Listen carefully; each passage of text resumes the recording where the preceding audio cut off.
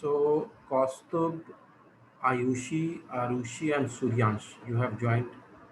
Let us wait for few more students to join. Meanwhile, someone has asked that Ayushi has asked, sir, could you please explain question 5 from the test? Yes, Ayushi, I can explain question number 5, but I don't have the test paper with me. So you will have to share the question with me. So wait for a minute. I'm starting the whiteboard and then you will share the question with me.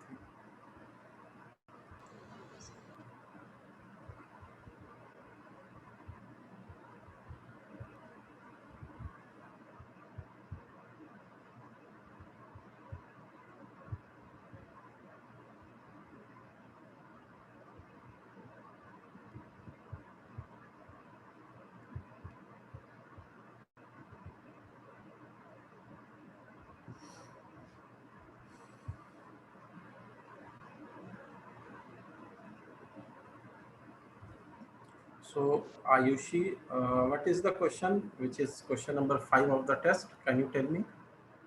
Yes, it's written suppose A1, comma A2, A3, A30 are 30 sets each with 5 elements, and B1, comma B2, till Bn are n sets each with 3 elements. Let One second. B1, B2, B2 dot Bn. dot Okay. Bn Yeah. are n sets each with 3 elements, Okay. 3 elements each.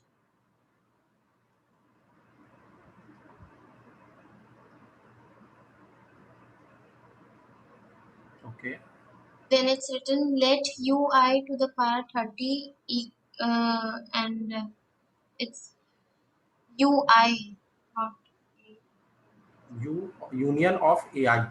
I is equal to 1 to 30, right?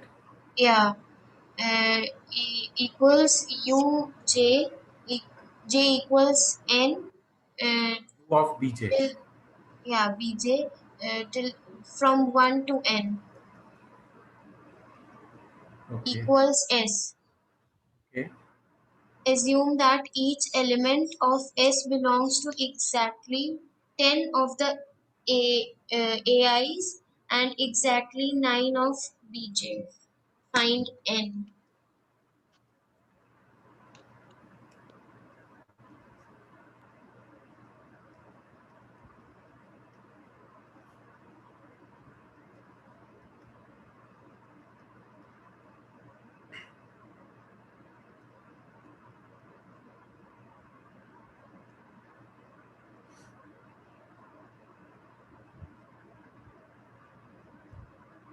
Right. So this is your question number 5, which was asked in the test.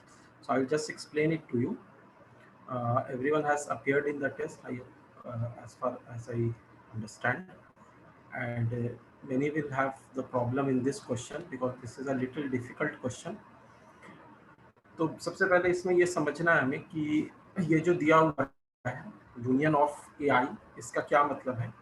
तो this actually means that A1 union A2 union dot dot dot union A30. हम सारे A1 से लेके A30 तक के elements का अगर union ले लेते हैं तो that is equal to the S, मतलब कि सारे एलिमेंट्स का जमा किया हुआ एक यूनिवर्सल सेट है, दैट इज कॉल्ड S. और अगर हम B1 और B2 और इसी तरीके से लेके Bn तक का यूनियन लेते हैं तो भी हमें सारे एलिमेंट्स एस के सारे एलिमेंट्स मिल जाएंगे. तो इसको तुम फिगर से अगर समझना चाहती हो तो इसको इस तरीके से समझ सकते हैं हम लोग. पहले क्वेश्चन को समझना इंपॉर्टेंट है, फिर सॉल्व कर पाएंगे. जब तक हम समझेंगे नहीं, सॉल्व नहीं कर पाएंगे. तो क्वेश्चन को समझना ज़्यादा ज़रूरी है यहाँ पे. तो यहाँ पर ये जो रेक्टेंगल दिया हुआ है, this is actually the sample space और universal set, whatever you can call it. इसको सैंपल स्पेस भी कहते हैं. ये प्रोबेबिलिटी में बाद में हम लोग समझेंगे. अभी तुम एस समझो या यूनिवर्सल सेट समझो. अब क्या है कि इसको एक काम किया गया है कि इसको 30 सबसेट्स में डिवाइड कर दिया गया है और उनको जब यूनियन दिया जा रहा है तो पूरा सैंपल स्पेस आ रहा है। मान लो A1 है, ये A1 का एरिया है, फिर यहाँ पर ये A2 का एरिया है, दोनों में कुछ कॉमन भी होगा, ठीक है। इस तरह से A3 आ गया, इसी तरीके से A4 आ गया, ठीक है। इस तरीके से कर करके पूरा जो सैंपल स्पेस है ये पूरा 30 छोटे छोटे सबसेट्स का यूनियन लेने से बन जाएगा। तो ये कह रहा है। दूसरा तरीका है कि हम अगर दूसरे सबसेट्स लेते हैं B1 से लेके Bn तक, ठीक है, ये सबसेट्स लेते हैं, तो वो भी एक तरीका है। उस केस में हमारे पास जो सबसेट्स हैं वो दूसरे तरीके के हैं। ये B1 है, ये यहाँ पर B2 मिल गया, ठीक है। इसको भी हमने ऐसे ही सही तोड़ तोड़ के और फाइनली Bn, तो या तो इसको 30 A1 A2 till A30 subsets में तोड़ करके पूरा सैंपल स्पेस को दिखाया गया है या यूनिवर्सल सेट को, या फिर बी की कैटेगरी एक बना दी गई है, तो B1 B2 और टिल Bn, अब n क्या है ये हमें नहीं पता, वही हमें निकालना है, उनमें तोड़ करके फिर इसको यूनिवर्सल सेट को दिखाया गया। तो ये पहले समझ में आ रही है बात? Yes yes sir. ओके। तो सबसे पहले हमने ये देख लिया कि ये जो यूनिवर्सल सेट है उसको छोटे छोटे सबसेट्स में तोड़ दिया गया है और उन सबसेट्स का अगर हम यूनियन लेते हैं तो हमारे पास फिर से यूनिवर्सल सेट आ जाता है। या दूसरे सबसेट्स हैं जो अलग कैटेगरी के सबसेट्स हैं, उनमें तोड़ दिया गया है तो भी हमें यूनिवर्सल सेट मिल जा रहा है। अब क्या कह रहा है कि इसमें जितने भी A1 वाले हैं, A कैटेगरी वाले हैं, उन सब में 5 एलिमेंट सब में है। इसमें भी 5 एलिमेंट है, A1 में भी 5 एलिमेंट है, A2 में भी 5 एलिमेंट है, A3 में भी 5 एलिमेंट है और यहाँ तक ले जाके A30 में भी 5 एलिमेंट है। अब जब इनका यूनियन हम ले रहे हैं तो यूनियन में क्या होगा, जरूरी नहीं है कि 150 एलिमेंट हो, 5 × 30, ठीक है, ये 150 आता है, लेकिन इसका जरूरी मतलब नहीं है कि 150 होगा, क्योंकि कुछ कॉमन भी होंगे। जैसे A1 और A3 है, इसमें कुछ कॉमन आ गया तो उसको तो हम दोबारा नहीं लिखेंगे सेट में, लेकिन यहाँ पे कैलकुलेशन पर्पस में हम क्या कर रहे हैं कि कितनी बार रिपीट हो रहा है, हम वो रिपीटिशन को भी कंसिडर कर ले रहे हैं, क्योंकि नंबर ऑफ एलिमेंट्स हमें निकालने हैं। तो हमारे पास 30 सेट्स हैं और हर में 5 हैं, तो 5 × 30 150 elements and repetition is present है, ठीक है। इसमें इस बात का ध्यान रखना कि रिपीटिशन हो रहा होगा, क्योंकि जब रिपीटिशन हो रहा होगा कुछ कॉमन भी आएंगे, ठीक है, वो भी एलिमेंट दोबारा से काउंट कर लिए गए। उसी तरीके से यहाँ पर जो है दूसरी कैटेगरी जो है वो है B1 B2 B3 so on till Bn। अब इसमें हर में 3 एलिमेंट्स हैं, तो हर में 3 एलिमेंट्स हैं और टोटल n सेट्स हैं, तो 3 × n, जैसे वहाँ पे 5 × 30 किया, यहाँ पे 3 × n करेंगे। अब n हमें पता नहीं है तो हम ऐसे ही रहने देंगे इसे, तो दिस इज रिपीटिशन है, यहाँ पे रिपीटिशन हो रहा है, वहां भी रिपीटिशन हो रहा है, यहाँ भी रिपीटिशन हो रहा है। कितना रिपीटिशन हो रहा है अभी हमें ये नहीं पता है। अच्छा, उसके बाद क्या दिया हुआ है, उसके बाद ये दिया हुआ है कि जो S आ रहा है, जो सैंपल स्पेस है या जो पूरा यूनिवर्सल सेट है, जो रेक्टेंगल है हमारे पास, उसमें 10 ईच एलिमेंट 10 ऑफ AIs। तो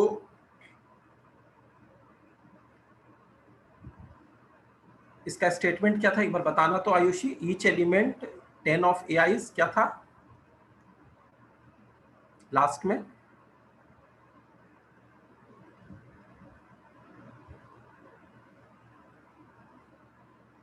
each element in S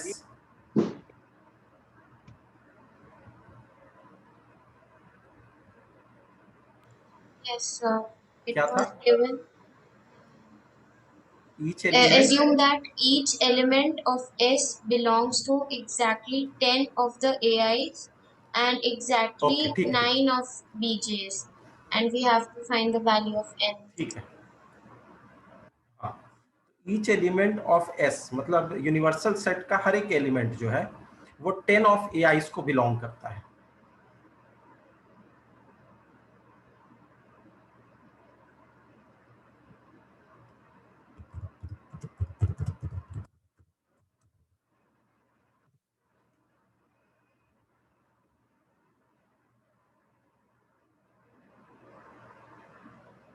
sorry, वो मैसेज मुझे किसी और को करना था, मैंने आयुषी को कर दिया, that is for someone else. एक मिनट।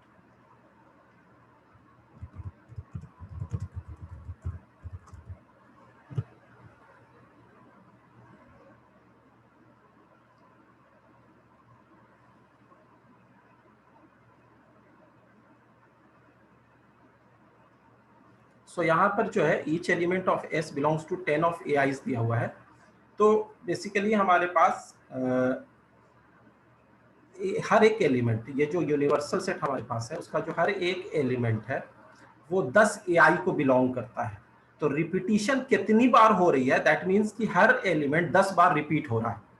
ठीक है, अगर एआईज की कैटेगरी ले रहे हैं तो 10 बार हर एलिमेंट रिपीट हो रहा है।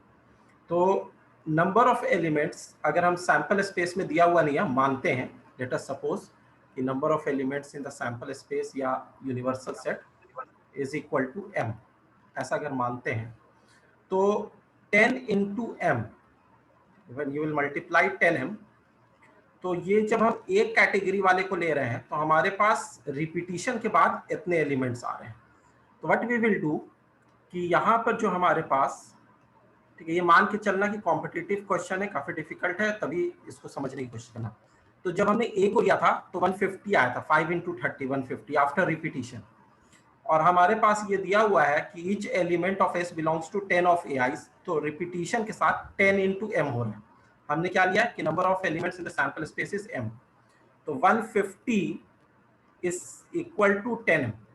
इससे m की वैल्यू आएगी 15, इससे m की क्या वैल्यू आ रही है, 15 वैल्यू आ रही है। अच्छा, अब जब m की वैल्यू 15 आ गई तो अब हम b पे आते हैं। b में क्या कह रहा है कि each element of s belongs to 9 of bj's। तो 9 को किससे मल्टीप्लाई करना है, m से। 9 into m is equal to here 3 into n, b की कैटेगरी वाला है 3 into n, और m की वैल्यू क्या थी 15, तो 9 into 15 is equal to 3 into n। तो इससे n की वैल्यू फाइनली हमारे पास आएगी 45। जब तुम उसको उधर कैंसिल करोगे 3 times 9, 3 into 15 45।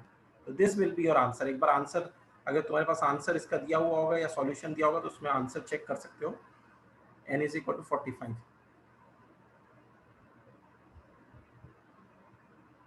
Is this clear?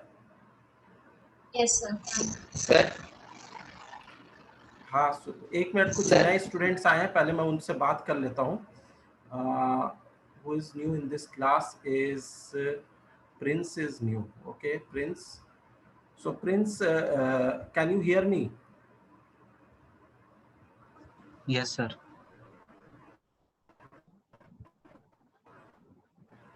Prince, हम लोग अभी ने मोर देन हाफ कर लिया है और मान लो 60% हम लोगों ने कर लिया है। तो अभी तुम्हें समझने में थोड़ा सा फ्लो में आने में टाइम लगेगा, लेकिन कोशिश करना कि समझते रहो। और तुमने अपने से कोई चैप्टर अभी किया है, सेट्स किया अपने से थोड़ा बहुत? सर सेट्स का भी शुरू का बेसिक जैसे एम्प्टी सेट्स, नल सेट्स सब कुछ। Hello hello, yes Prince? Sir मैंने सेट का भी बेसिक पढ़ा है। बेसिक किया है इस चैप्टर का? Yes sir. हाँ, तो अभी हमने भी बेसिक ही किया है, बस एक दो क्वेश्चंस थोड़े से टफ आ गए थे टेस्ट में, तो वो अभी मैंने डिस्कस किया है। अदरवाइज बेसिक किया हुआ है अगर सेट्स का तो तुम्हें समझ में आ जाएगा जो हम लोग आज करेंगे।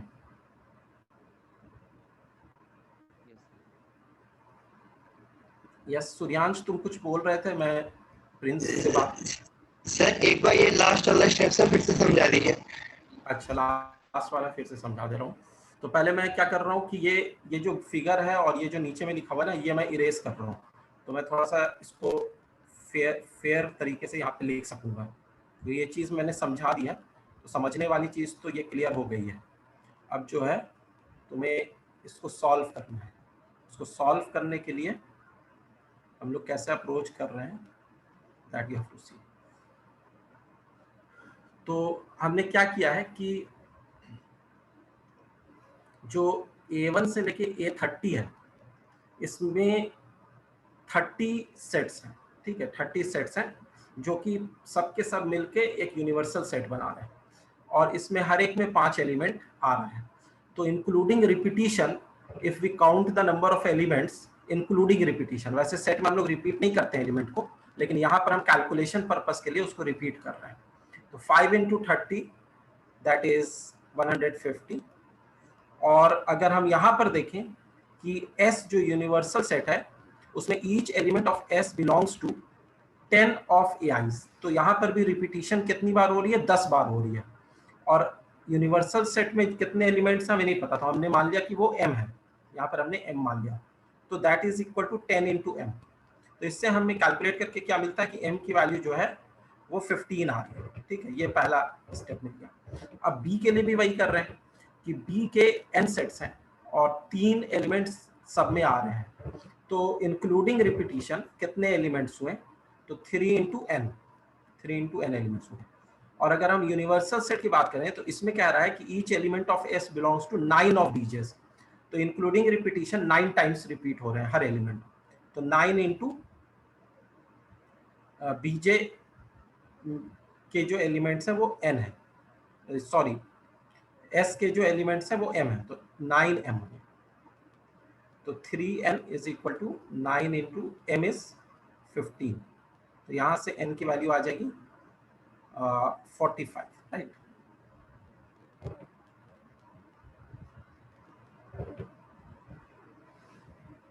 Is this clear Suryansh? Yes, sir.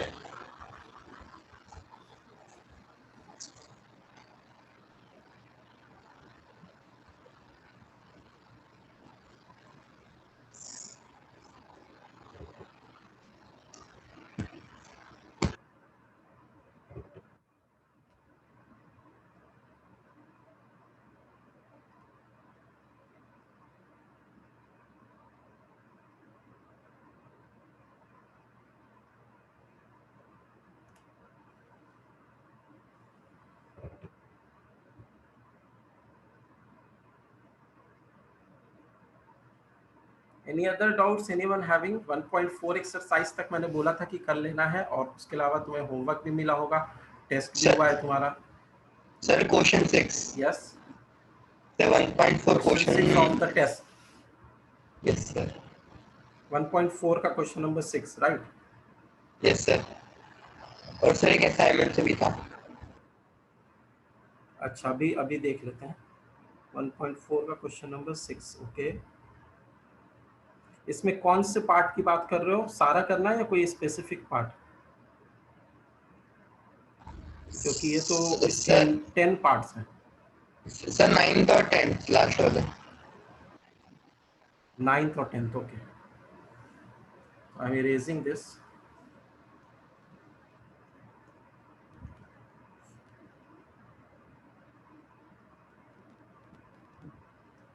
One 1.4, sorry.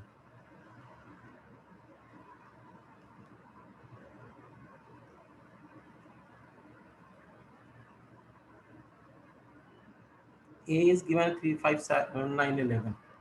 A is given as 3, 5, 7, 9, 11. B is given as 7, 9, 11, 13. B is given as 7, 9, 11, 13. Okay. C is given as 11, 13, 15.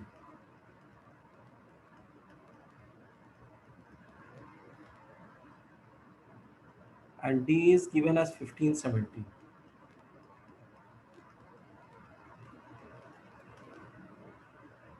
Find 9th part कह रहा है कि A intersection B intersection B union C, ये हमें calculate, ये बताना है कि इसमें कौन से एलिमेंट्स रहेंगे। ठीक है, तो सबसे पहले A इंटरसेक्शन B निकालते हैं। Prince, can you understand this question? ये किया है तुमने थोड़ा सा?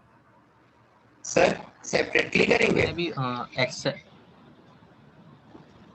हाँ सॉरी प्रिंस, हाँ सूर्यांश सेपरेटली करेंगे, उसके बाद एक साथ करेंगे। प्रिंस तुम क्या बोल रहे थे? एक्सरसाइज 1.2 तक ही किया है मैंने बस। अच्छा 1.2 तक किया, कोई बात नहीं। तो इंटरसेक्शन का मतलब होता है ए और बी का जब हम इंटरसेक्शन लेंगे मतलब कॉमन पोर्शन। तो 7 is common to both of them, 9 is common to both of them and 11 is common to both of them.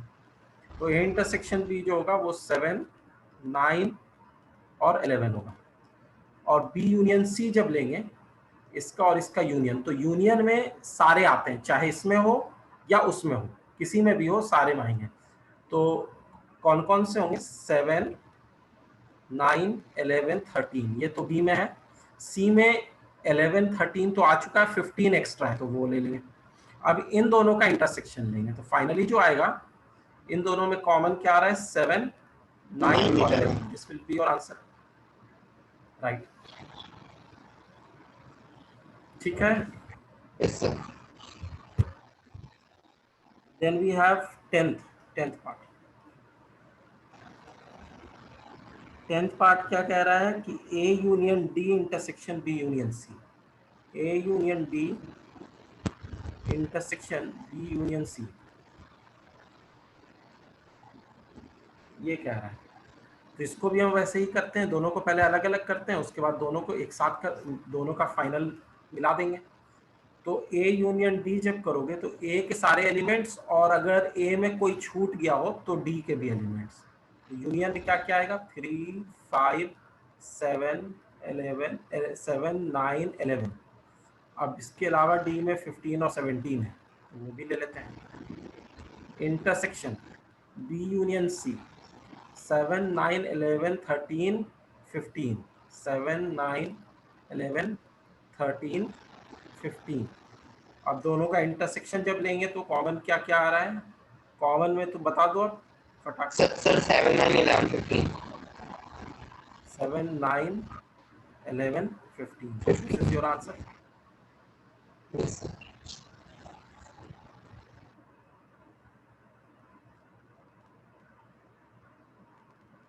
Assignment में कौन से क्वेश्चन की बात कर रहे हो? सर एक टेस्ट का क्वेश्चन नंबर 6 सर वो गलत हो गया था। वो बताओ क्या क्वेश्चन है?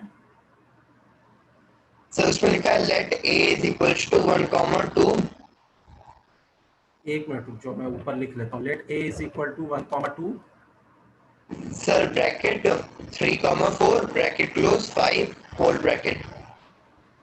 Bracket 3,4 bracket close 5 whole bracket, ऐसे लिखा हुआ है। Yes sir. ठीक है। सर जैसे ये 3,4 है ना सर, हाँ, तो उसमें सर एक वाला ब्रैकेट लगा हुआ है और एक क्लोज ब्रैकेट लगा हुआ है। अच्छा ये वाला ब्रेसेस लगा होगा ये। हाँ ये सर ब्रेसेस। एक मिनट,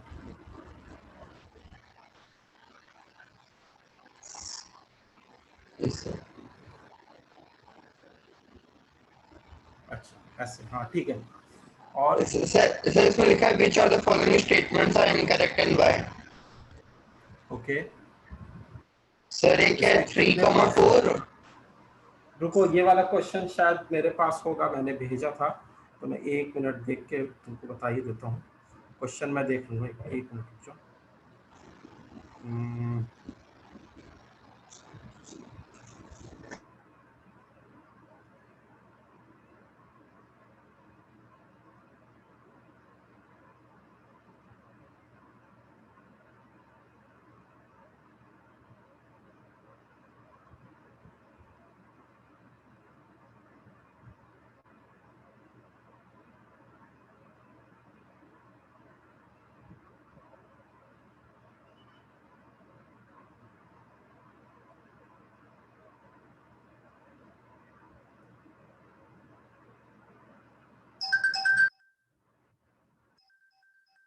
एक मिनट रुक जाना, मेरी कॉल आ रही है सिर्फ।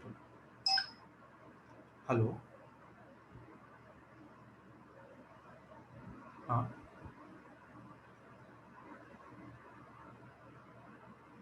हाँ, अभी तो मैं थोड़ा बिजी हूँ, क्लास ले रहा हूँ, थोड़ा देर बाद।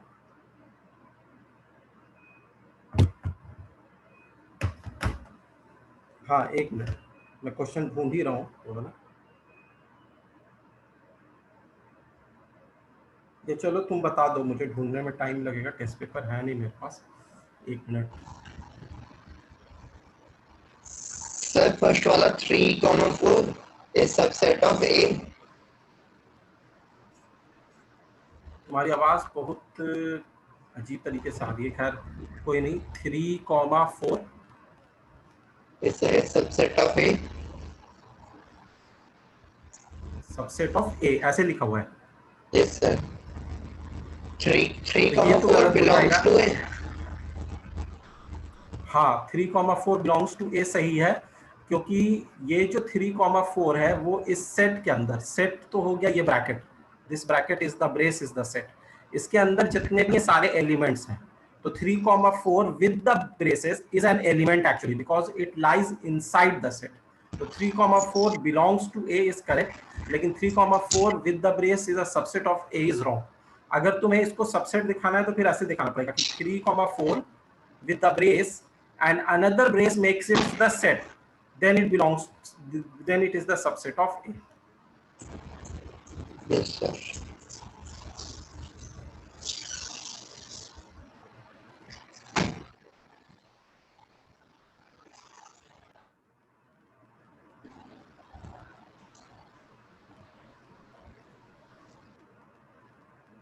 और बताओ इसमें और भी पार्ट्स में दिक्कत है?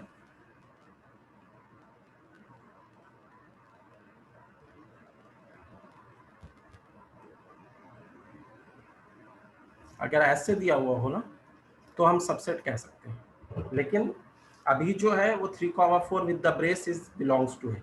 हाँ अगर 1 और 2 को ले लें, 1,2, ठीक है, तो इसमें ब्रेस लगा दें तो that is the subset of A, क्योंकि 1 is an element and 2 is an element, brace के साथ के बिना, तो इसलिए जब ब्रेस लगा रहे तो सबसेट है। लेकिन 1 अगर ऐसे लें तो belongs to A, 2 belongs to A.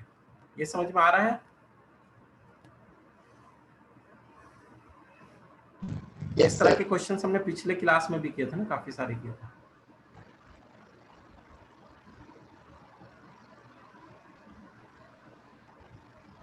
Shivangi, you have also joined in this class only, na? Yes. Okay, so have you gone through the chapter sets little bit? Yes sir.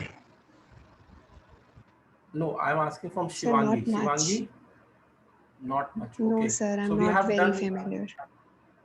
Okay, so we have done almost 60% of this chapter, and you will try to follow whatever we are doing in this chapter right now, and then you will be able to be more comfortable with it. थोड़ा सा difficulty आएगी क्योंकि chapter का mid है, mid क्या मतलब and almost हम लोग अब आ जाएंगे, लेकिन समझ में आ जाना चाहिए, मतलब इतनी डिफिकल्टी नहीं होगी। बीच बीच में मैं थोड़ा सा हेल्प कर दूंगा कि अगर कोई बेसिक टर्म समझ में नहीं आ रहा है तो वो मैं बता दूंगा, ठीक है? Okay, sir. Okay, anyone having any other doubt?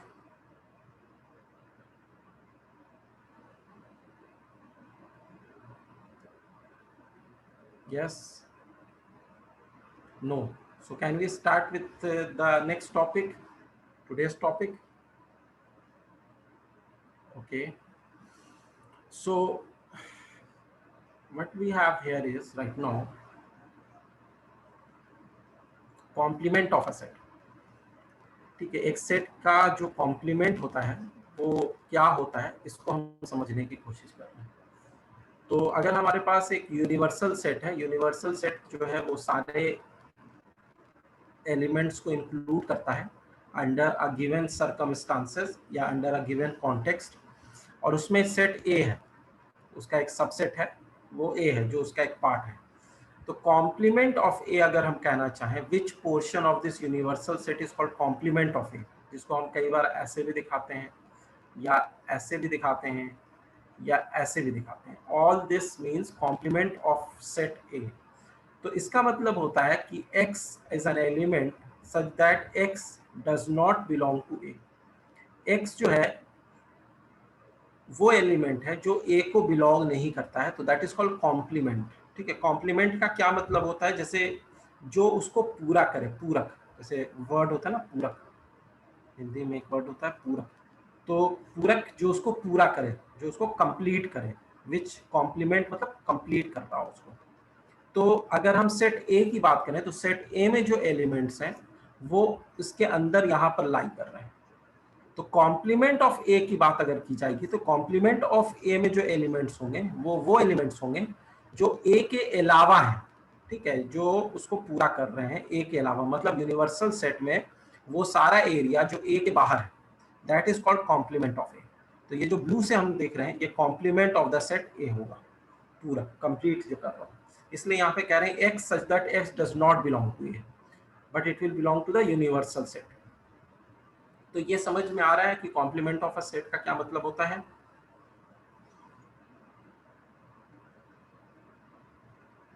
Yes everyone? एक बार फिर से यस, फिर से समझा दीजिएगा। एक बार फिर से समझा देता हूँ।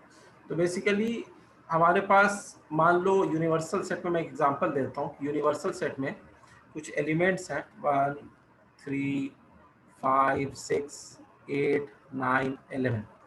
तो ये यूनिवर्सल सेट के एलिमेंट्स हैं, और हमारे पास ए सेट के जो एलिमेंट्स हैं वो हैं इसी के कुछ चुने हुए 1 5 और 6। ठीक है, तो जब हम इसको डालेंगे, इस पूरे में अरेंज करेंगे, तो 1 ए में है, 5 ए में है और 6 ए में है। 1 5 6 जो ए में है, बाकी जितने भी ए के बाहर हैं तो वो कौन कौन से हैं? 3 है और 8 है और 9 है और 11 है। 1 8 9 और 11।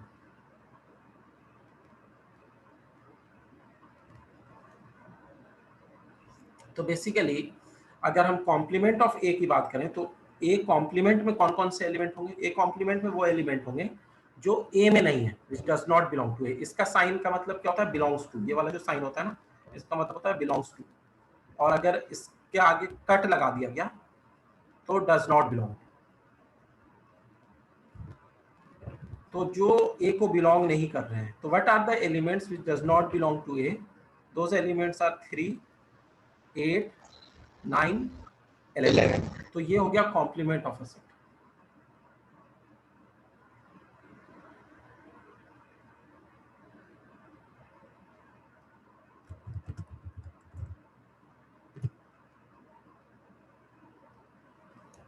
Okay, so is this clear, Prince also and Shivangi and rest students? Sir yes एक सर। बार यूनिवर्सल सेट समझा सकते हो? यूनिवर्सल सेट मतलब एक एक्चुअली ये सब कुछ फिर अब पीछे में जाना पड़ेगा। तो तुम लोगों को एक बैकअप क्लास दी जाएगी जिसमें जो भी पोर्शन हो गया है ना उसका एक बार ओवरव्यू दिया जाएगा। तो उसमें फिर तुम्हें क्लियर हो जाएगा। अभी इतना तुम समझ सकती हो कि it consist of all the elements under a given context. तो यूनिवर्सल सेट में सब कुछ आता है। सब कुछ आता है मतलब किसी कॉन्टेक्स्ट में, या ये मोस्टली क्वेश्चन में दिया होता है कि क्या रहेगा। तो it is already given in the question in general. तो यूनिवर्सल सेट में ज़्यादा सोचना नहीं होता है, वो क्वेश्चन में गिवन होता है। लेकिन इसमें बहुत सारी चीज़ अभी तुम्हें सब पहली बार देख रहे हो, और इससे पहले की चीज़ तुमने नहीं देखी है, तो समझने में थोड़ा टाइम लग रहा है। तो डोंट वरी, तुम लोगों की बैकअप क्लास ली जाएगी और जो कुछ भी पहले का रह गया वो सब तुम्हें बताया जाएगा। Is it okay? Okay sir. बाकी लोगों को क्लियर है जो पहले से कर रहे हैं classes? Yes sir. Yes sir. Okay, good.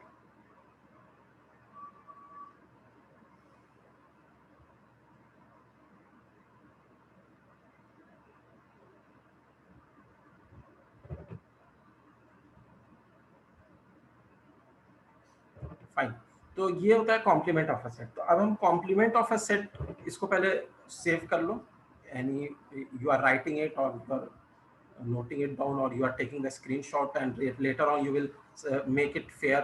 जैसे भी तुम इसको कर रहे हो इसको सेव कर लो जल्दी से, फिर अभी हम लोग आगे का पार्ट देखेंगे।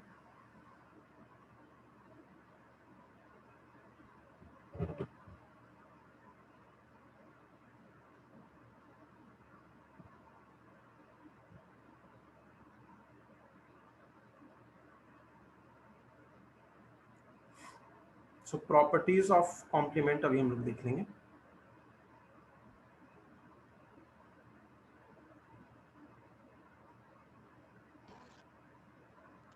सर हो गया। Okay good.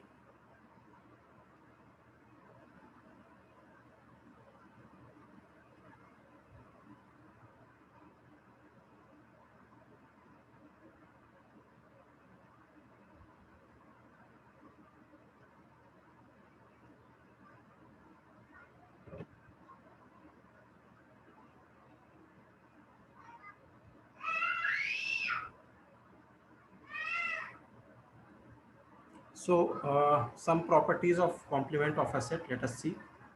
तो ये ग्राफ तुम्हारे दिमाग में होना चाहिए, जो कॉम्प्लीमेंट का ग्राफ मैंने बताया था कि जो कुछ भी ए को बिलोंग नहीं करता है वो कॉम्प्लीमेंट को बिलोंग करता है, मतलब जो कि उसको पूरा करता है, विच इज अ पूरा किया, विच कंप्लीट्स इट।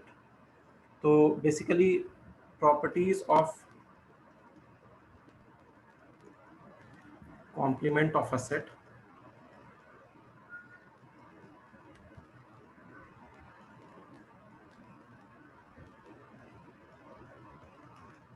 पहली प्रॉपर्टी जो हमें पढ़नी है वो ये है कि if we take A union A complement और ए इंटरसेक्शन ए कॉम्प्लीमेंट, तो ये तुम ही बताना, कॉमन सेंस यूज करके बता सकते हो अगर कॉम्प्लीमेंट समझ में आ गया है। तो ए यूनियन ए कॉम्प्लीमेंट क्या होगा और ए इंटरसेक्शन ए कॉम्प्लीमेंट क्या होगा? Can you tell me? Sir A union universal set. Correct है। Sir fine. और A empty set. Is this clear to everyone? Yes Yes, no. Devansh? Sir okay. तो union का मतलब होता है कि दोनों को मिला के, तो दोनों को जब मिला देंगे हम, ए को और ए के बाहर वाले को, तो यूनिवर्सल मिल जाएगा। और दोनों का जब हम इंटरसेक्शन लेंगे, मतलब कॉमन लेंगे, तो कुछ भी कॉमन नहीं आएगा, क्योंकि ए को छोड़ के ए कॉम्प्लीमेंट में रहता है और ए कॉम्प्लीमेंट को छोड़ के ए में रहता है, तो कुछ भी कॉमन नहीं होता है दोनों में। तो हम ये भी कह सकते हैं कि A and A complement are mutually exclusive sets. Mutually exclusive का मतलब हो गया कि इनमें कोई भी चीज कॉमन नहीं है, इनका इंटरसेक्शन फाई है। इनको म्यूचुअली एक्सक्लूसिव सेट्स भी कह सकते हैं, या इसका दूसरा नाम मैंने बताया था डिसजॉइंट सेट्स, ये भी कह सकते हैं। और दूसरा है कि A union A complement is equal to universal set.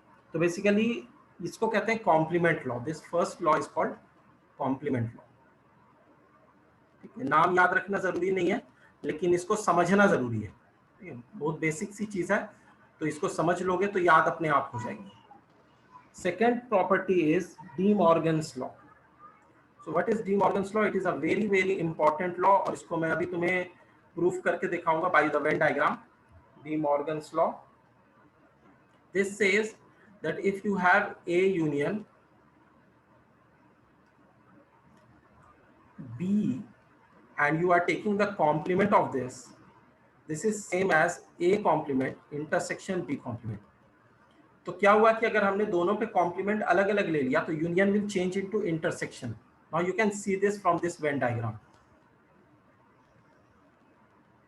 I am drawing this Venn diagram here. This is set A, this is set B, and you are taking the union of A union B and taking its complement. So you can easily understand that A union B is the region which is actually this region.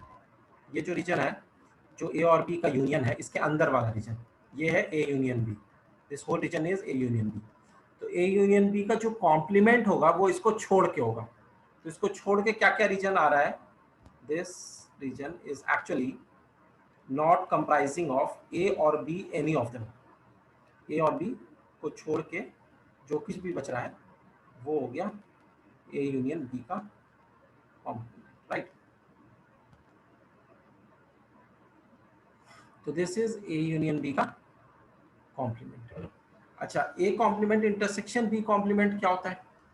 तो A complement intersection B complement अगर हम देखें तो वो भी वही reason देगा। कैसे देगा जरा ध्यान से देखना। तो this is your A again and this is your B again, same वही फिगर मैंने फिर से बनाई है। अब मैं A कॉम्प्लीमेंट निकालता हूँ, तो A कॉम्प्लीमेंट के लिए मैं तुम्हें हॉरिजॉन्टल डैश लाइन दिखाता हूँ। तो ये हॉरिजॉन्टल डैश लाइन है। A कॉम्प्लीमेंट मतलब A को छोड़ के, तो A को छोड़ के हम बाकी सारा एरिया ले सकते हैं, that is called A complement.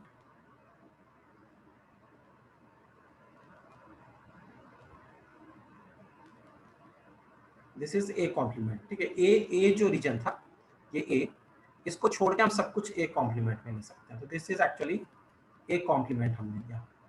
अब मैं तुम्हारे सामने B कॉम्प्लीमेंट लेता हूँ। B कॉम्प्लीमेंट दूसरे कलर से दिखा रहा हूँ, वर्टिकल लाइन से दिखा रहा हूँ। तो B को छोड़ के, तो वर्टिकल लाइन से दिखा रहा हूँ, तो B को छोड़ के अगर हम सब कुछ लेते हैं as you can see here, we are taking everything except B. So this is actually B complement. ये वर्टिकल लाइन जो है B complement है. अब हम दोनों का इंटरसेक्शन लेना चाहते हैं, intersection of A complement and B complement, A complement और B complement का इंटरसेक्शन. तो जहां पे हॉरिजॉन्टल लाइन है और जहां पे वर्टिकल लाइन है, वो पूरा एरिया अगर हम कंसिडर करें तो वो एरिया वो रीजन है जो ए और बी को छोड़ के सारा है, क्योंकि कुछ तो हॉरिजॉन्टल है इसके अंदर, कुछ वर्टिकल है, कुछ भी नहीं है. तो finally what we get this region, जो हॉरिजॉन्टल और वर्टिकल दोनों है. Can you see this region? दोनों का इंटरसेक्शन, हॉरिजॉन्टल भी हो वर्टिकल भी हो.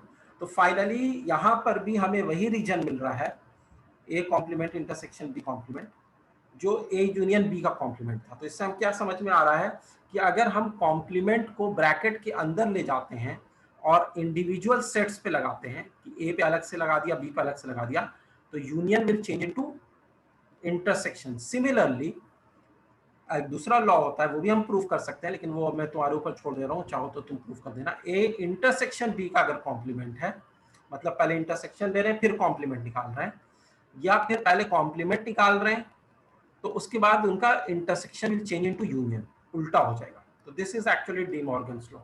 Is this clear to everyone? Sir second वाला फिर से समझा दीजिए. हाँ,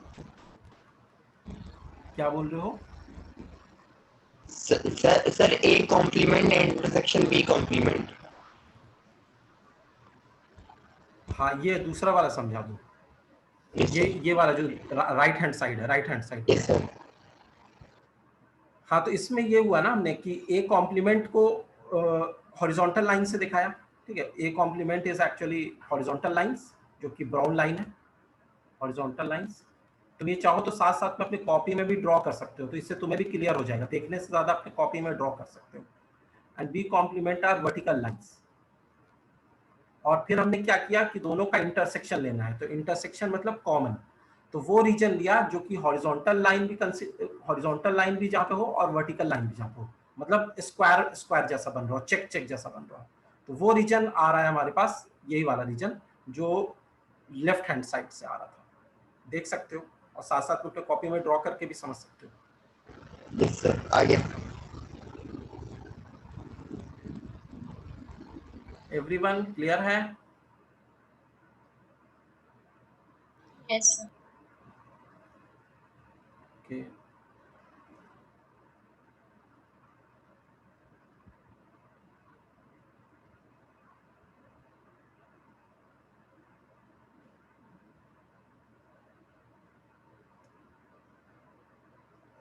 सो जस्ट सेव दिस. और इसके लिए तो मैं ये कहूँगा कि इसका स्क्रीनशॉट मत लो, इसको अभी के अभी कॉपी में बना के देखो, क्या तुम्हें लेफ्ट हैंड साइड से और राइट हैंड साइड से सेम रीजन मिल रहा है या नहीं मिल रहा. और इसी तरीके से दूसरा वाला जो पार्ट है, इसको भी अभी करो.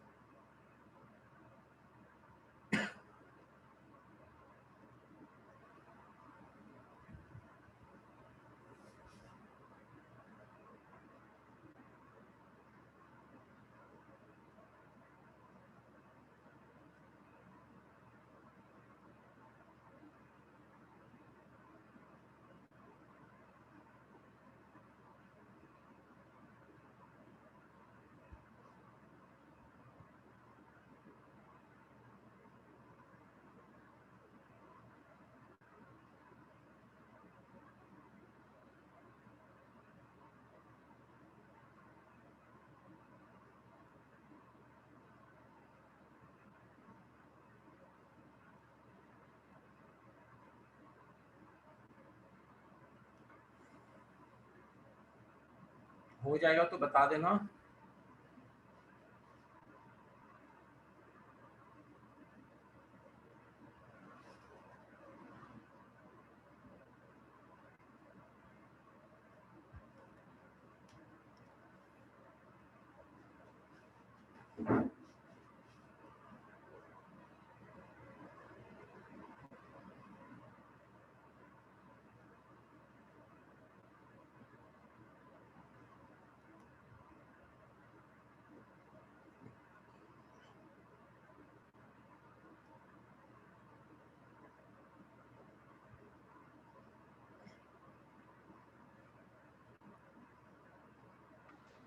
सर हाँ बोलो। सर सेकंड वाला नहीं मिल रहा। सेकेंड वाला नहीं मिल रहा, अच्छा अभी कर लेते हैं, इसको इरेज कर दूं।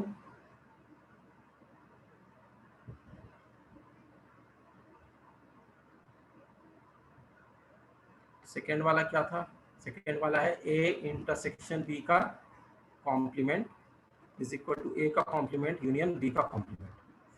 तो सेकेंड वाले को भी देख लेते हैं, पहले लेफ्ट हैंड साइड से उस रीजन को देखते हैं।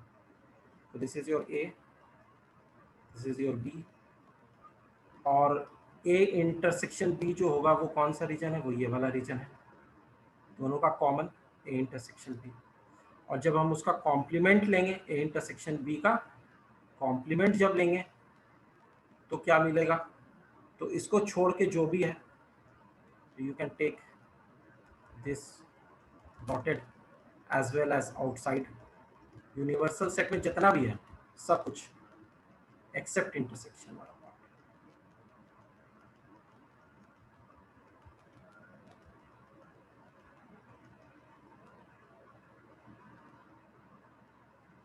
सो ये हो गया ए इंटरसेक्शन बी का कॉम्प्लीमेंट। ये जो डॉटेड पोर्शन है, मतलब ये वाला जो मैंने ब्लैक कलर की हॉरिजॉन्टल लाइन से दिखाया है, इसको छोड़ के जो भी बचेगा वो सारा का सारा लेफ्ट हैंड साइड है। ठीक है, ये क्लियर है?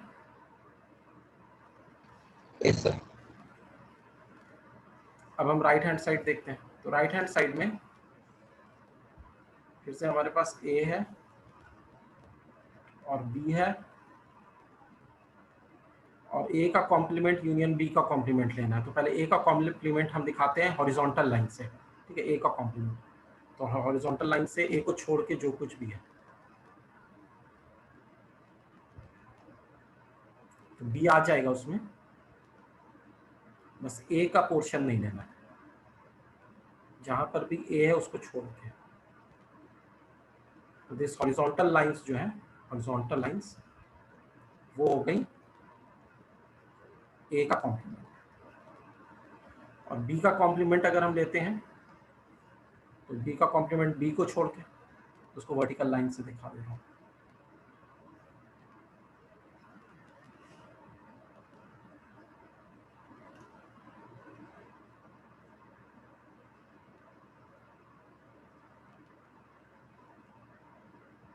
वर्टिकल लाइंस जो हो गई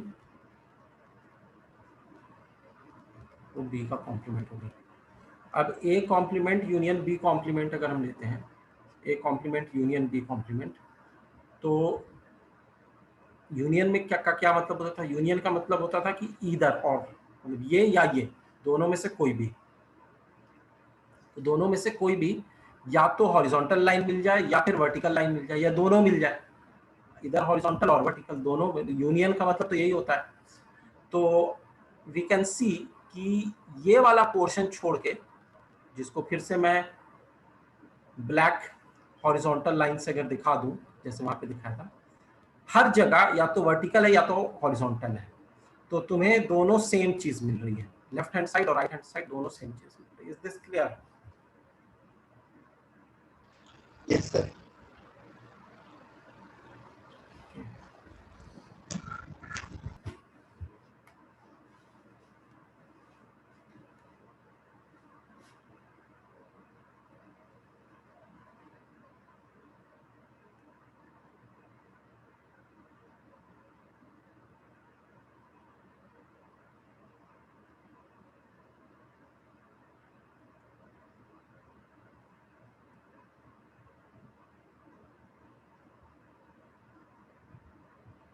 तो इसके बाद जो थर्ड प्रॉपर्टी होती है वो बड़ी सिंपल प्रॉपर्टी है, ऑब्वियस है। अगर हम ए का कॉम्प्लीमेंट लेके जो भी मिल रहा है उसका फिर से कॉम्प्लीमेंट लेने, तो क्या मिलेगा बता सकते हो?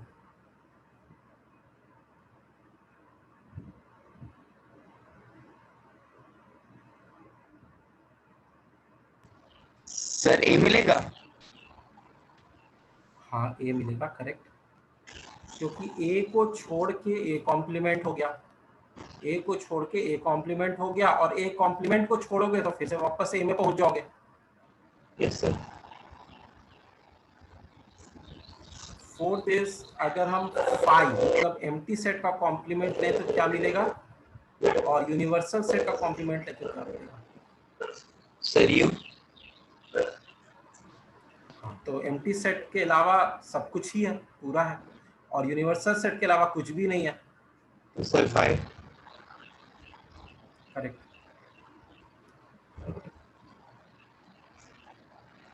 Yes, Arushi, 5 is the correct answer.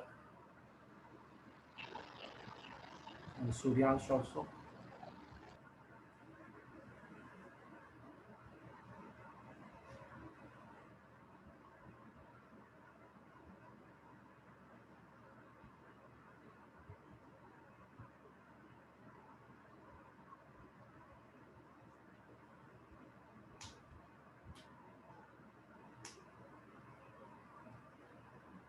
Then we come to the exercise 1.5. तो एक्सरसाइज 1.5 कोई बहुत डिफिकल्ट एक्सरसाइज नहीं है, जो कुछ भी हमने अभी किया है उसी का एप्लीकेशन है। तो आई होप तुम एक्सरसाइज 1.5 कर लोगे।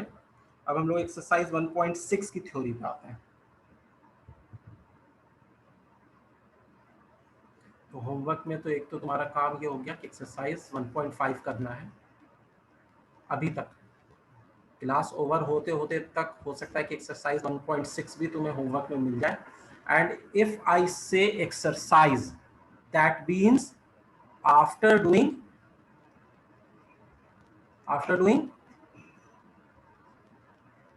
Solved examples. कभी भी एक्सरसाइज बिना सॉल्व्ड एग्जांपल्स के नहीं जाना है, पहले सॉल्व्ड एग्जांपल्स करने हैं, उसके बाद एक्सरसाइज करनी है। तो अगर कहीं पर भी मैं बोलता हूँ कि this exercise is your homework, इसका मतलब है कि उस एक्सरसाइज के साथ जो सॉल्व्ड एग्जांपल्स दिया हुआ है, जो इलस्ट्रेशन दिया हुआ है, वो भी तुम्हें करना है, तभी तुम्हें एक्सरसाइज के क्वेश्चंस में जाना है।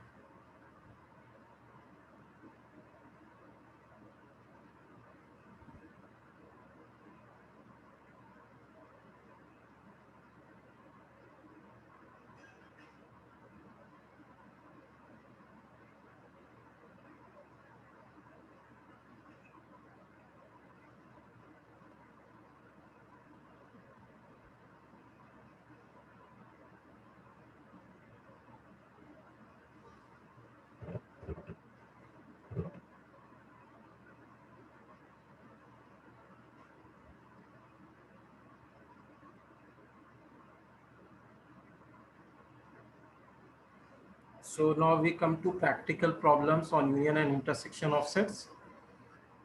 So I am erasing this. So ये काफी important part है जो अब हम लोग करने वाले हैं। This is about number of elements. अभी तक हम डील कर रहे थे सेट में क्या क्या एलिमेंट हैं इससे। अब हम लोग डील करेंगे कि सेट में कितने एलिमेंट हैं इससे। तो as we know, the number of element in a set is given by NA, number of element in a set A.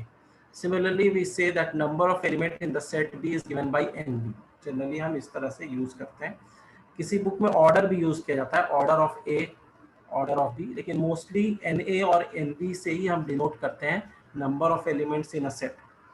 तो number of elements in set A, number of elements in set B, number of elements in the union of A and B, number of elements in the intersection of A and B, इन सब concept से अभी हम लोग deal करने वाले हैं, और इनमें क्या रिलेशन होता है that is also we are going to study right now. तो सबसे पहले हम वेन डायग्राम इसका ड्रॉ कर रहे हैं, और इस वेन डायग्राम में जिसमें कि सेट ए भी है और सेट बी भी है, दोनों सेट्स हैं, और ये यूनिवर्सल सेट है जिसके अंदर सारे सेट दिए हुए हैं। Universal set is the set given in the question, ठीक है, ऐसा भी तुम समझ सकते हो। तो यूनिवर्सल सेट के बारे में ज़्यादा नहीं सोचना होता है, it is given in the question.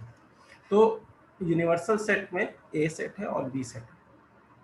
तो मान लो कि ए में कुछ एलिमेंट्स हैं, एलिमेंट्स क्या हैं उससे हमें मतलब नहीं है, हमें इस बात से मतलब है कि एलिमेंट्स कितने हैं, how many elements are there in set A. उसी तरीके से how many elements are set there set B. तो पहले मैं एक एग्जांपल ले लेता हूँ, मैं ए सेट में कुछ एलिमेंट्स डालता हूँ, जैसे 1 3 5 7 6 2 4 8 9 10। तो ये मैंने ऐसे इसमें डाला है, ठीक है। कुछ हो सकता है बाहर भी हो, 11 12 13 14 15 इस तरीके से। तो अगर मैं तुमसे ये पूछूं कि इन दिस पर्टिकुलर सिचुएशन, ये जो सिचुएशन तुम्हारे सामने दी हुई है, how many elements are there in the set A? Can you tell me there are how many elements in set A? Sir A minus B। नहीं, नंबर ऑफ एलिमेंट्स कितने हैं set ए में? कौन कौन से एलिमेंट्स है बताओ?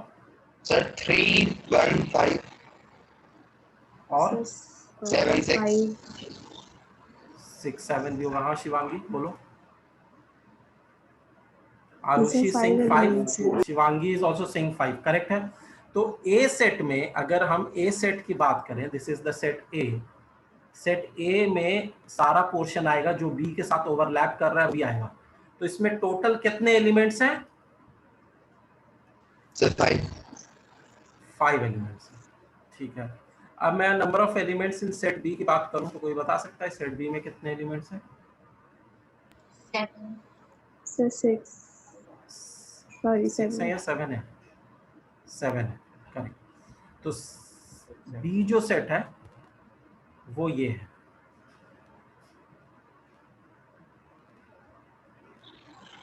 इसमें हमारे पास 7 है, 2 4 6 7 8 9 10।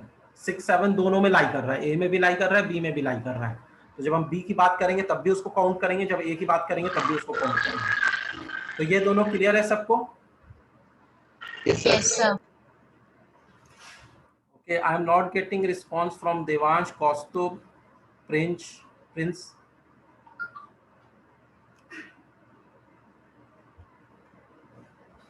Yes, are you there? Please Yes, sir. reply. Okay, Devansh, Kaustubh. Yes, sir. Okay, Prince, are you getting it? Yes, sir. Yes. Okay. So number of elements in A is 5. Number of elements in B is 7. Number of elements in A union B. A union B में कितने elements हैं कोई बता सकता है? 12. Union 12. मतलब ए और B को मिला के कितने हैं? 12. सॉरी आवाज बहुत वैसे आ रही, क्लियर नहीं आ रही। Sir 12 elements are there. 12 elements. Ayushi is saying 12 and Arushi is also saying 12. We have Sir, Ayushi 10. with us and Arushi. 10 is correct. 10. Who is saying 10? या सूर्यांश 10 is correct. तो सूर्यांश ने सही आंसर दिया 10, क्योंकि आरुषि और आयुषी तुम लोगों ने क्या कर दिया कि जो कॉमन एलिमेंट है उसको 2 बार काउंट किया है।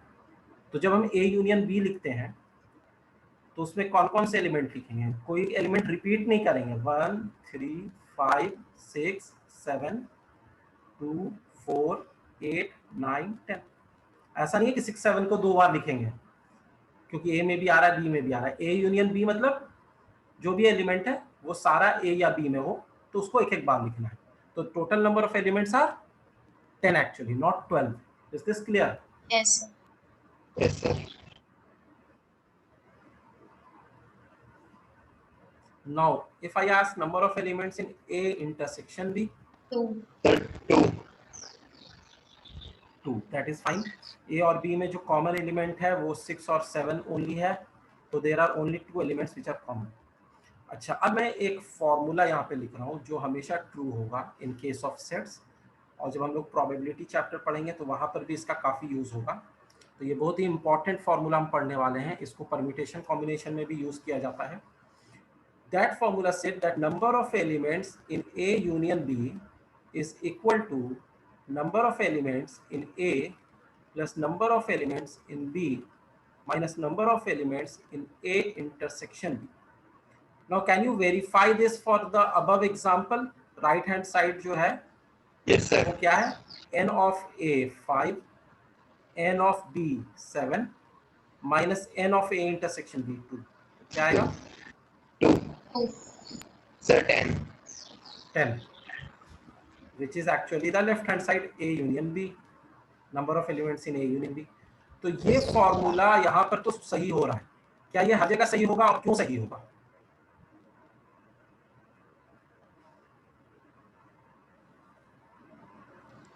सर होगा। होगा, क्यों होगा?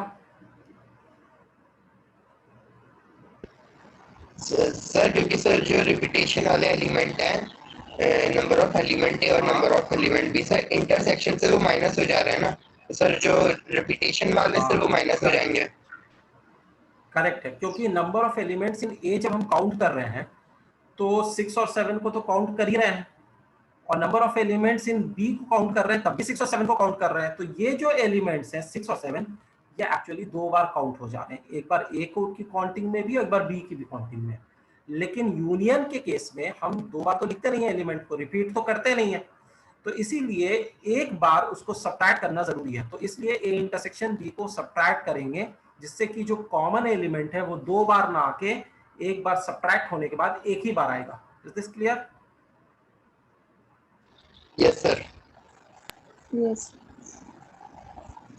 Yes, sir. So this is a very important formula. इसको मैं यहाँ पर भी लिख दे रहा हूँ। A number of elements in A union B is always equal to number of elements in A plus number of elements in B minus number of elements in A intersection B. नीचे भी वही formula लिखा है मैंने, ऊपर भी वही formula लिखा है। इसको अच्छे से नोट कर लो, समझ लो। आई होप किसी को प्रॉब्लम नहीं होनी चाहिए इसको समझने में।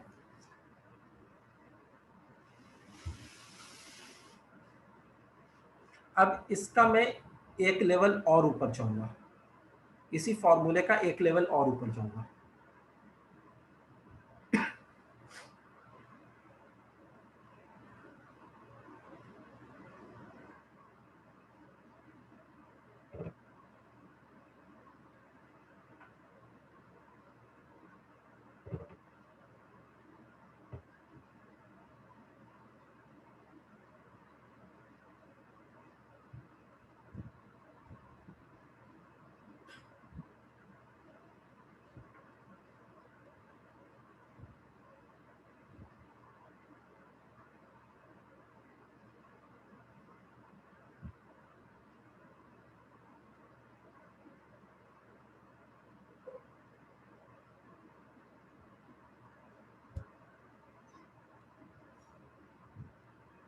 हो गया, लिख लिया सबने? Yes sir. Yes, So sir. erase it now. अच्छा, अब मैं तुमसे अगर एक काम करने के लिए बोलूं, अभी ट्राई करो अपने से पहले, फिर मैं बताऊंगा। Can we develop a formula similarly? अगर हमारे पास यूनिवर्सल सेट में ए, बी और सी 3 सेट्स दिए हुए हैं, ठीक है? यस अब तो जब हम ये 3 सेट्स दिए हुए हैं तो कैन वी से कि there is a formula for number of elements in A union B union C. Yes sir. इसका कोई फॉर्मूला लिख सकते हैं? बताओ। Sir number of element A plus number of element B plus number of element C minus number of element A intersection B minus number of element B intersection C minus n minus number of element in A intersection C plus plus number of element in plus number of element in A intersection B intersection C. Is he right? Anyone? किसी का कोई और answer भी है? So actually Suryansh ने formula से ही बताया है, और इसका एक्सप्लेनेशन भी देख लेते हैं क्यों ऐसा हो रहा है। तो पहले हम सीधे सीधे क्या कर रहे हैं कि number of elements in A ले रहे हैं plus number of elements in B ले रहे हैं plus number of elements in C ले रहे हैं। ऐसा करने से क्या हो रहा है, एज यू कैन सी, जैसे हम नंबर ऑफ एलिमेंट्स इन ए लेंगे तो ये रेड लाइन से, स्लांटेड रेड लाइन से ए का रीजन में दिखा रहा हूँ। तो इस रीजन में जितने भी एलिमेंट्स हैं वो सब काउंट हो जाएंगे, ठीक है? उसके बाद मैं आ जाऊंगा number of elements in B पे। तो number of elements in B जब लेंगे तो बी में जितने भी एलिमेंट्स हैं वो सब काउंट हो जाएंगे। फिर हम आ जाएंगे नंबर ऑफ एलिमेंट्स इन सी। तो नंबर ऑफ एलिमेंट्स इन सी जब लेंगे तो सी में जितने भी एलिमेंट्स हैं वो सब काउंट हो जाएंगे। अब जब हमने इसको इस तरीके से लिया तो कुछ ऐसा रीजन आ रहा है जो 2 बार काउंट हो रहा है वो Yes, sir. कौन कौन सा रीजन है? जस्ट सी, सर ये ए वाला जो रीजन इंटरसेक्शन तुम्हें बी। दिख रहा है ना, यस सर। हाँ, ए इंटरसेक्शन बी वाले रीजन में भी ऊपर वाला portion, if you, I want to show you like this, ये region, yes sir. Not this one, A intersection B intersection C नहीं, only Yes, A sir. Intersection B के ऊपर वाला पार्ट जो सी के साथ इंटरसेक्ट नहीं कर रहा, वो 2 बार आ रहा है। बी इंटरसेक्शन सी का वो वाला पार्ट जो तीनों से इंटरसेक्ट नहीं कर रहा है, वो 2 बार आ रहा है। Yes, और sir. ए इंटरसेक्शन सी का जो नीचे वाला पार्ट है वो 2 बार आ रहा है। Is this clear? Yes, sir. तो मैं तुम्हें फिर से इसको किसी और इससे भी दिखाता हूँ। ये वाला जो पोर्शन है ना, मैं इसको इस तरीके से बाउंड्री लगा दे रहा हूँ, ग्रीन कलर से बाउंड्री लगा रहा हूँ। ये पोर्शन ये 2 बार आ रहा है, इसमें रेड और पिंक दोनों लाइन है। फिर ये वाला जो पोर्शन है, ये वाला पोर्शन, ये देख पा रहे हो?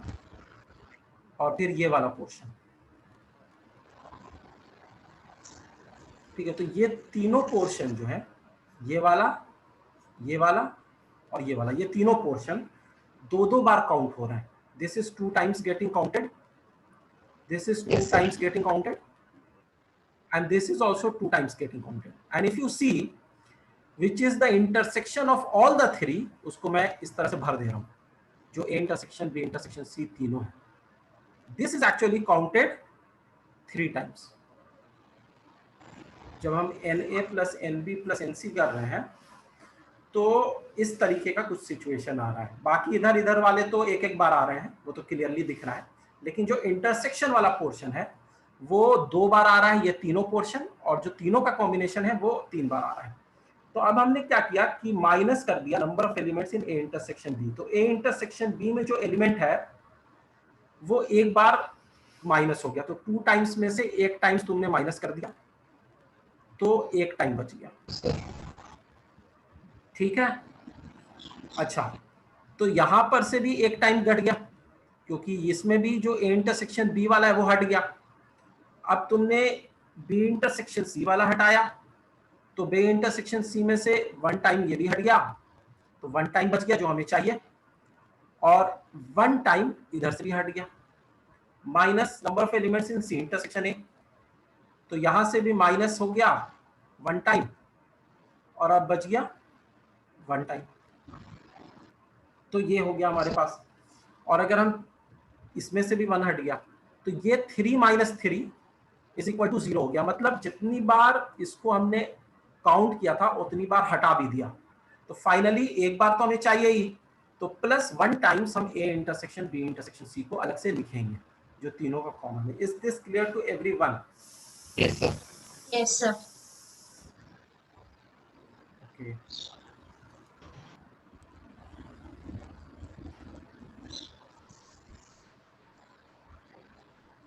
so note this formula also. This is the formula for number of elements in A union B union C.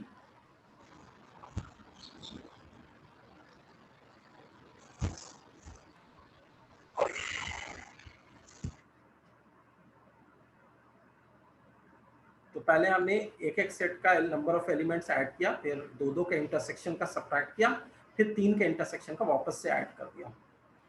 Mainly इससे ऊपर बहुत डिफिकल्ट क्वेश्चन आएगा तो इतना ही तक आता है। लेकिन अगर तुम पैटर्न को समझ गए, तो तुमसे अगर मैं कहूं कि can you find the formula for A union B union C union D, अब इसके लिए वेन डायग्राम बनाने की जरूरत नहीं है और कुछ प्रूफ करने की जरूरत नहीं है। जो पैटर्न है उस पैटर्न से अगर तुम समझ गए हो तो तुम आगे बढ़ सकते हो, और ये जितने भी सेट्स लोगे सारे में यही पैटर्न फॉलो होता है। तो what will happen, can anyone tell me? So, number of elements in A plus number of elements in B plus number of elements in C minus number of elements in अभी D भी है, sorry, number अभी of D है, elements in D है, D number of minus number of elements in A intersection B minus number of elements in B intersection C minus number of elements in C intersection D and minus number of elements in A intersection D and plus number of elements नहीं in अभी A. Minus में और आएगा, अभी minus सारा नहीं हुआ है, अभी 4 ही तुमने किया है, इसमें 6 बनेंगे इंटरसेक्शन के। ए इंटरसेक्शन बी तुमने लिया है, ए इंटरसेक्शन डी लिया है, लेकिन ए इंटरसेक्शन सी भी तो लेना है, और फिर बी के साथ तुमने सी का लिया है, लेकिन A intersection B, A intersection B तो ले लिया। अब 6 बन गया, सारे 6 के 6 बन गया। Now plus number of elements in A intersection B intersection C intersection. बस 3, 2 के बाद अब 3 पे आएंगे। Plus number of elements in A intersection B intersection D plus number of elements in A intersection C intersection D और plus number of elements in B intersection C intersection D. 3 के 4 combination बनेंगे। और finally minus number of elements in A intersection B intersection C intersection D, चारों का। ये समझ में आया? इसको याद नहीं रखना है, पैटर्न समझना है। ये इतना, इस पे क्वेश्चन आएगा नहीं तुम्हें, लेकिन तुम्हें पैटर्न समझना है कि पहले हमने सिंगल वाले सारे को लेके ऐड किया, फिर हमने माइनस किया जितने भी डबल वाले इंटरसेक्शन पॉसिबल हैं, टोटल 6 बनेंगे। फिर हमने क्या किया, फिर हमने ऐड किया जितने भी 3 वाले इंटरसेक्शन थे, फिर हमने सब्ट्रैक्ट किया 4 वाले।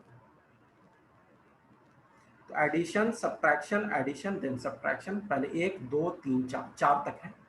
उससे पहले भी हमने ये किया था, 1 एडिशन, फिर 2 का सब्ट्रैक्शन, फिर 3 का एडिशन। 3 तक थे तो वहां तक रुक गए थे। Is this clear? Yes, sir. So there is a name to this pattern. इस पैटर्न का एक नाम दिया जाता है। There is a name given to this pattern.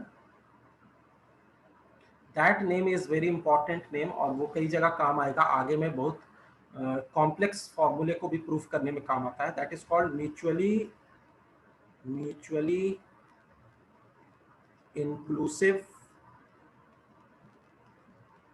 and exclusive principle. This is called mutually inclusive and exclusive principle. Why do we give this name? Can anyone tell me?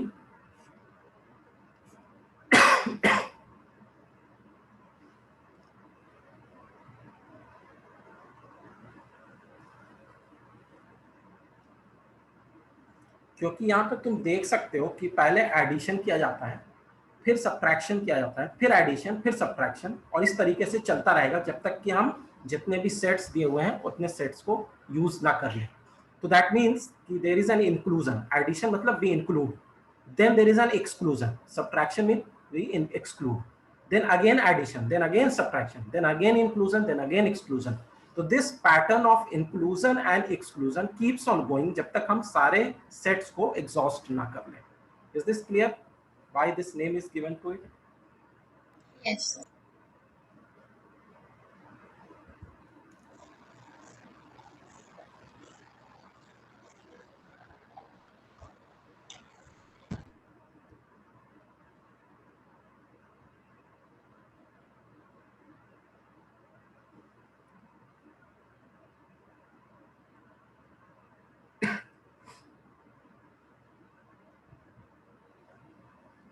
Okay, sir. Just note this down.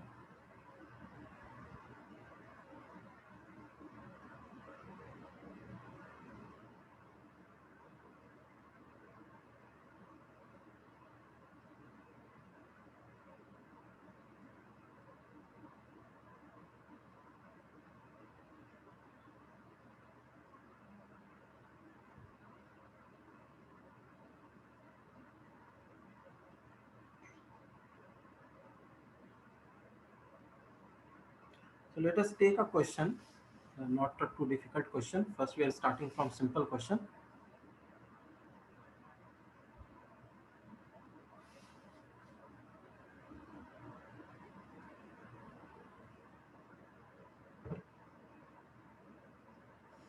So I am taking the question from NCERT only first.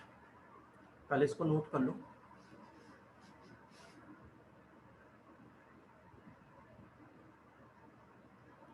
Prince and Shivangi, कुछ कुछ तो clear हो गया होगा तुम लोगों को इस वाले टॉपिक में, तो मेरे ख्याल से कोई इतना बड़ा इश्यू नहीं आ रहा होगा, समझने की कोशिश कर रहे हो? Yes sir. हाँ सर आ रहे हैं। Okay, good.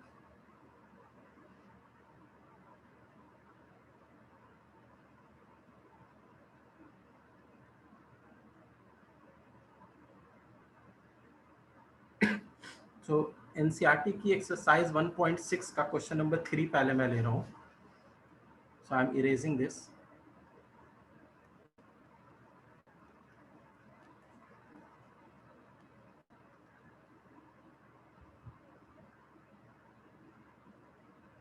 In a group of 400 people,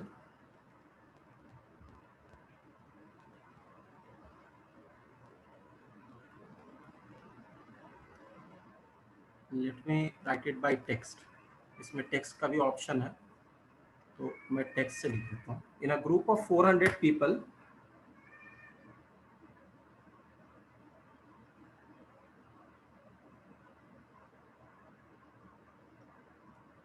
(250)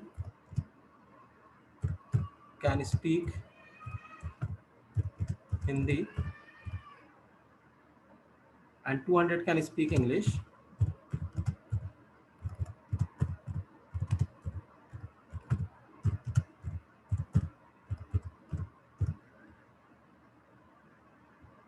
How many people can speak both Hindi and English?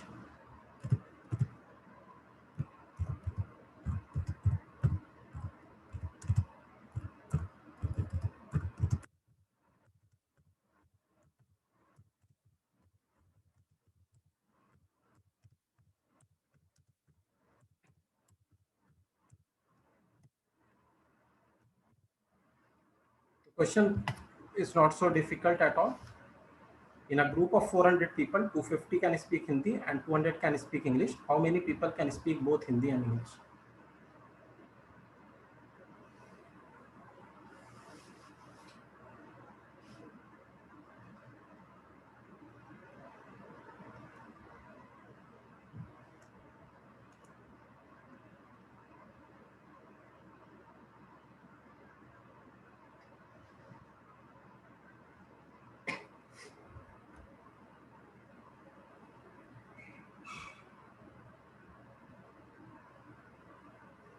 क्या कर लेना, दो सेट ले लेना, एक एच है एक ई है.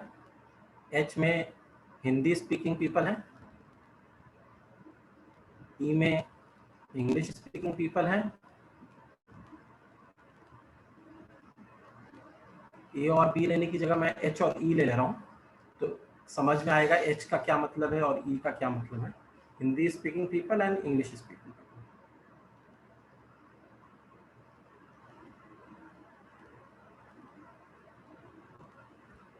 तो number of elements in H कितने हैं, कोई बता सकता है? 250. Sir 250. And number of elements in E कितने हैं? 200. 200. और ये 400 क्या है? Sir total. टोटल मतलब सर जो दोनों स्पीकर से. सर मतलब टोटल नंबर ऑफ मैथमेटिकली क्या लिखेंगे? Sir H union. H union, H intersection union ही sir. H union E, H और ई को मिला के टोटल जो है 400 है. ठीक है. अच्छा, पूछ क्या रहा है? जो दोनों बोलते हैं, मतलब number of elements in H intersection E. H intersection. So let us suppose this is x, which we have to find out, which we don't know. अब एडिशन फॉर्मूला लगाओ और आंसर पा लो. What was the addition formula? Number of elements in H union E is equal to number of elements in H plus number of elements in E minus number of elements in H intersection E. क्या answer आ रहा है बताओ? So 50. हाँ 50 सही है. आयुषी का भी 50 आ रहा है. ठीक है. तो सिंपली हमने क्या कर दिया, number of elements in H union E is 400, number of elements in H is 250, number of elements in 200 minus number of elements in H intersection E is x, which we don't know. Arushi का भी आ गया. Good. X is equal to 450 minus 400 which is actually 50. तो 50 ऐसे हैं जो दोनों में, जिनको इंग्लिश भी आती है हिंदी भी आती है.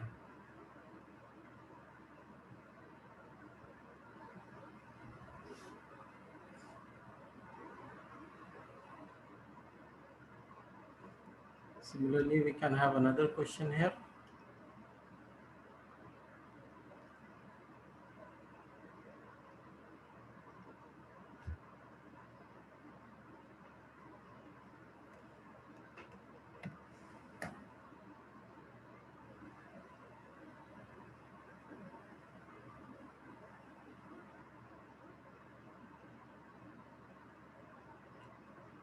क्वेश्चन नंबर 5 तक तो दो सेट का इसी तरीके दिया हुआ है, फिर 6, 7, 8 3 सेट्स के दिए हुए हैं. तो ये तो तुम कर लोगे आई होप. 3 वाले में भी वही एडिशन फॉर्मूला लगाना है. फिर मिसलेनियस एक्सरसाइज है. अच्छा, एक जो टॉपिक है वो तुम्हारे सिलेबस में नहीं है, प्रूफ बाय लॉजिकल मेथड. ठीक है, पहले वो था लेकिन अब तुम्हारे सिलेबस से हट गया. तो कुछ क्वेश्चंस तुम्हें मिसलेनियस में मिलेंगे, 2, 4, 5 क्वेश्चंस ऐसे मिलेंगे जो कि लॉजिकल मेथड से प्रूफ करने के लिए बताएंगे. तो वो तुम्हें नहीं करना है. That is not part of any syllabus right now.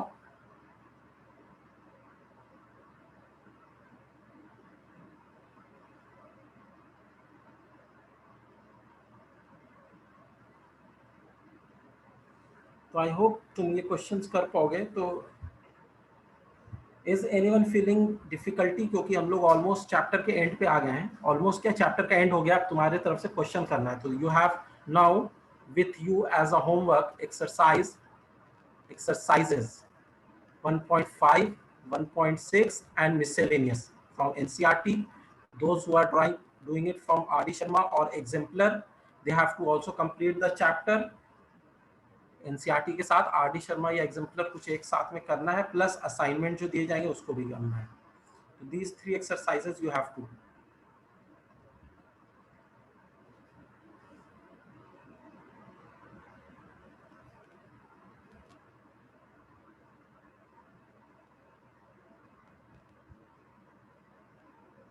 Anyone having any question? And always do solved examples first, then go to exercise.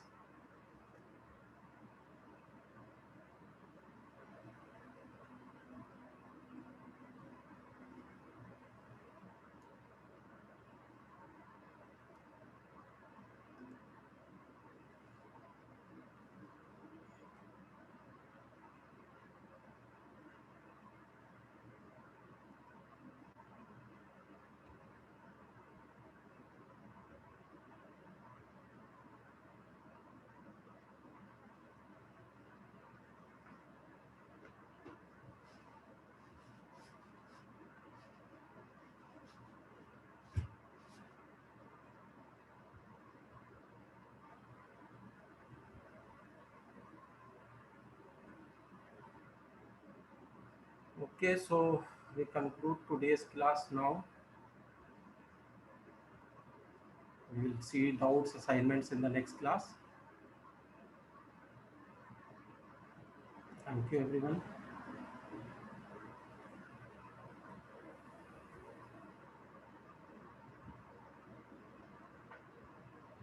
Thank you, sir.